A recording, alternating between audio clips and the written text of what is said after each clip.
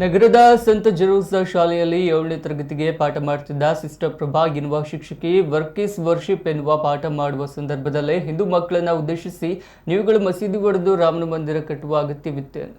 ನೀವು ಕಲ್ಲು ಕೆತ್ತಿ ಅಲಂಕಾರ ಮಾಡಿ ಇಟ್ಟ ತಕ್ಷಣ ಅದು ದೇವರಾಗ್ತದೆ.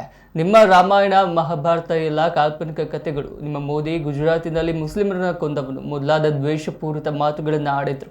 ಇದನ್ನು ಪ್ರಶ್ನಿಸಿ ಮಕ್ಕಳ ಹೆತ್ತವರು, ಶಾಸಕರುಗಳಾದ ವೇದವ್ಯಾಸ್ ಕಾಮತ್ ಮತ್ತು ಭರತ್ ಶೆಟ್ಟಿ ಮತ್ತು ಇತರ ಸಾಮಾಜಿಕ ನಾಯಕರು ಶಾಲೆಗೆ ತೆರಳಿ ಪ್ರತಿಭಟಿಸಿದ್ರು. ಆ ಸಂದರ್ಭದಲ್ಲಿ ಶಾಲೆಯ ಆಡಳಿತ ಮಂಡಳಿ ಶಿಕ್ಷಕಿಯನ್ನ ವಜಾ ಮಾಡಿ ಆದೇಶ ಮಾಡಿತ್ತು. ಅಲ್ಲದೆ ಜೆರೋಸ್ ಶಾಲೆಯ ಆಡಳಿತ ಮಂಡಳಿಯವರು ಕಾಂಗ್ರೆಸ್ನ ಐವನ್ ಡಿಸೋಜಾ, ಜೆಆರ್ ಲೋಬೋ ಮತ್ತಿತರರು ಸೇರಿಕೊಂಡು ಐವನ್ ಡಿಸೋಜಾ ಆಪ್ತರಾಗಿದ್ದ ಕಾಂಗ್ರೆಸ್ನ ದಿವಂಗತ ಮೊಂತು ಲೋಬೋ ಪುತ್ರ ಅನಿಲ್ ಜಿರಾಲ್ಡ್ ಲೋಬೋವನ್ನ ಠಾಣೆಗೆ ಕರೆತಂದು ಪೊಲೀಸರ ಮೇಲೆ ಒತ್ತಡ ಹಾಕಿ ಪ್ರಕರಣ ದಾಖಲಿಸುವಂತೆ ಅಂದು ಪ್ರತಿಭಟಿಸಿದ ವೇದವ್ಯಾಸ್ ಕಾಮತ್, ಭರತ್ ಶೆಟ್ಟಿ, ಶರಣ್ ಪಂಪೇಲ್ ಮೊದಲಾದವರ ವಿರುದ್ಧ ದೂರು ಸಾಮಾಜಿಕ ಶಾಂತಿ ಭಂಗಕ್ಕೆ ಪ್ರಯತ್ನಿಸಿದ್ದಾರೆ ಮತ್ತು ಕೋಮು ಸೌಹಾರ್ದ ಹಾಳುಗೆಡವಿದ್ದಾರೆ ಎಂದು ಆರೋಪಿಸಿ ಪಾಂಡೇಶ್ವರ ಪೊಲೀಸ್ ಠಾಣೆಯಲ್ಲಿ ದೂರು ದಾಖಲಿಸಿದ್ದಾರೆ.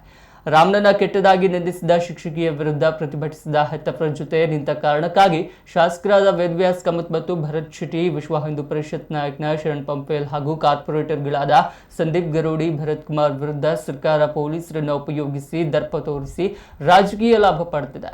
ಕಾಂಗ್ರೆಸ್ ಸರ್ಕಾರದ ಹಿಂದೂ ವಿರೋಧಿ ಮಾನಸಿಕತೆ ಮತ್ತು ಬಿಜೆಪಿ ಶಾಸಕರನ್ನ ಬಗ್ಗು ಬಡಿಯುವ ನೀತಿಯ ವಿರುದ್ಧ ತೀವ್ರ ಪ್ರತಿಭಟನೆ, ಬೃಹತ್ ಹೋರಾಟ ನಡೆಸುವ ಸಿದ್ಧತೆ ನಡೆದಿದೆ.